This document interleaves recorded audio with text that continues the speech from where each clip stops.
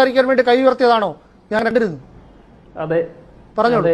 എന്തുകൊണ്ട് മതം ഇവിടെ ഒരു പ്രശ്നമായി എന്നുള്ള ചോദ്യത്തിന് നമ്മൾ ഉത്തരം തേടുമ്പോൾ ഇന്ത്യയിൽ മാത്രം ഒതുങ്ങുന്ന ഒരു കാര്യമല്ലിത്. ഇതിനൊരു ആഗോള പരിസരമുണ്ട്, നമ്മൾ വിസ്മരിക്കരുത്. ആഗോളതലത്തിൽ സാമ്രാജ്യത്വ ശക്തികളുടെ ഒരു അജണ്ട കൂടെയാണ് ഇന്ത്യയിൽ ഇന്ന് നടപ്പാക്കിക്കൊണ്ടിരിക്കുന്നത്. നമുക്കറിയാം, സാമ്രാജ്യത്വം എന്നും നിലനിന്നത് ഒരു ശത്രുവിനെ എതിർപക്ഷത്ത് പ്രതിഷ്ഠിച്ചുകൊണ്ടാണ്.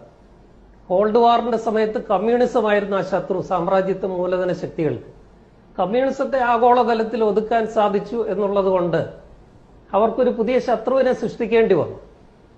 ഈ കാലത്ത് ട്രംപിന്റെയൊക്കെ നേതൃത്വത്തിൽ ആഗോള സാമ്രാജ്യത്വ ശക്തികള് കമ്മ്യൂണിസത്തിന് പകരം ഒരു പുതിയ ശത്രുവിനെ സൃഷ്ടിച്ചെടുത്തതിന്റെ പേരാണ് ഇസ്ലാം.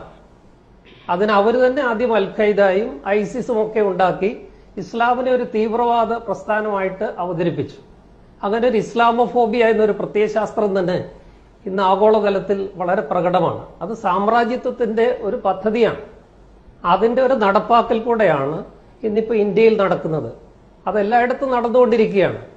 സമാധാനത്തിന്റെയും ശാന്തിയുടെയും സമഭാവനയുടെയും കാരുണ്യത്തിന്റെയും ഒക്കെ മതമായ ഇസ്ലാമിനെ ഒരു വില്ലനായിട്ട് ചിത്രീകരിച്ച് സർവ്വതീവ്രവാദവും ഇസ്ലാമാണെന്നുള്ള ഒരു വ്യാജ പ്രചരണം നടത്തി ഇസ്ലാമിനെ പുറത്താക്കുക, നിഗ്രഹിക്കുക, ഉന്മൂലനം ചെയ്യുക എന്നുള്ള ഒരു അജണ്ട സാമ്രാജ്യത്വത്തിൻ്റെതാണ്. അതും കൂടെ നമ്മൾ കണ്ട് പോകണം ഈ ചർച്ചയിൽ.